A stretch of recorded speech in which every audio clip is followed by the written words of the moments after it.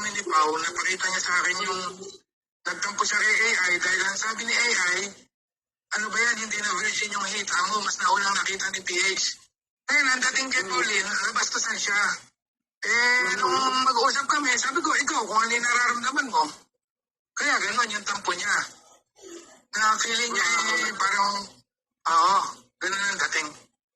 Ayun na nga sinasabi ko, PH, kung meron kayong connection, simple, alam mo ang personalidad ni Nani? Meron tayong mga personality na ipinakita sa community. Open siya sa ganung salita ni Nani. Alam niya si Nani, pag tumira, below the belt. Dahil meron silang pinagsamahan, hindi niya kikitain si Nani, sa'yo siya magkita. Yun lang naman ang question ko, PH. Na-open nga ako, Mami. Di, paano yun? Sabi ko sa akin na